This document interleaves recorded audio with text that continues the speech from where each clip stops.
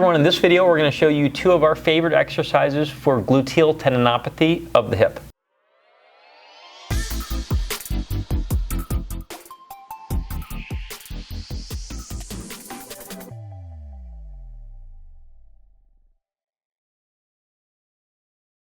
Hey everyone, I'm Sebastian and this is Desiree.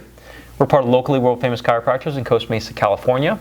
Now before we actually start these exercises, let's just make sure you're actually on the right video so you're not wasting your time.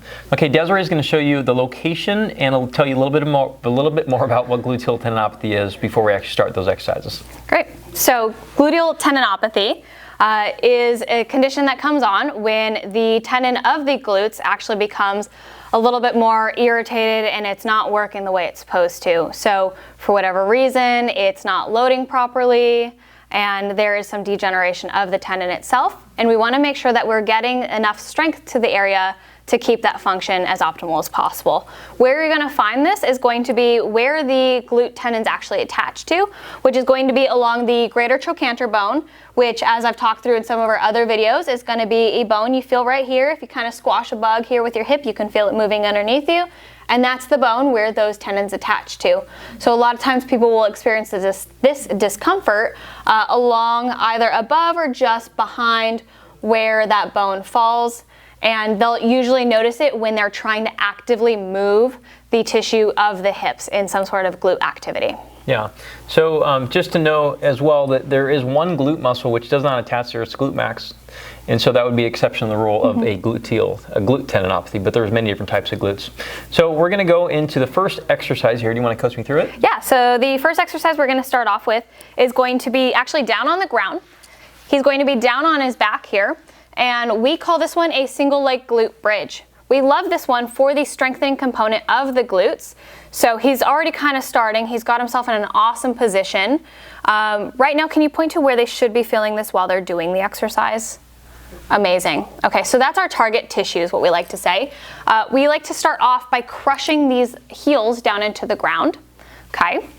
And you want to find an optimal position to where you feel the glute working as opposed to the quad. So go ahead and lower it down. If he comes up and let's say his foot's really close to his hamstring here, he might notice there's more pressure into the quad or even the kneecap, and that's not really our target tissue. Additionally, that same concept can occur, but with the backside of the leg. So you'll experience the pain into the hamstring region as he's pointing to there, where the foot's probably just a little too far away. And I'm saying all of this just to tell you that there's an area that we want to feel when we're doing certain exercises, and we will play around with what feels best so we can get that area working. Now while he's here, he's breathing. How long do you want me to hold this? So for tendons, we usually will start off with a hold protocol as opposed to repping out. Because of the irritation, tendons will actually respond really well to just what we call isometric holds. Typically anywhere from 10 to 30 seconds is a pretty good place to start. And he's going to pay attention to a couple things while he's holding here. He's breathing into his hands like he has his hands here. He's making sure that his hips aren't rocking from side to side, so we'll see that happen a lot. That's kind of a common compensation. If that's the case, this might be too much too soon for the glute, and we will find an option that works better for you at home. And then another thing you want to pay attention to is just making sure that glute's really firing here in this position. Yeah. Yep. Yeah, so that's one option for people. There's another one too, which we like to use, ideally foot on ground activities the best we can to simulate everyday life. And so Desiree is going to do a split squat. Let's see here. Yeah, how would you turn towards me? Okay, let's put that, there you go, that one, and go ahead and actually take a knee. All right, so in this one, since we're going to work off the same premise of a non-movement isometric contraction, we're actually going to coach her in a similar way to squish the bug underneath your heel. I don't need you to get up. I need you to just squish the bug is all. All right, if the bug gets out, the world dies.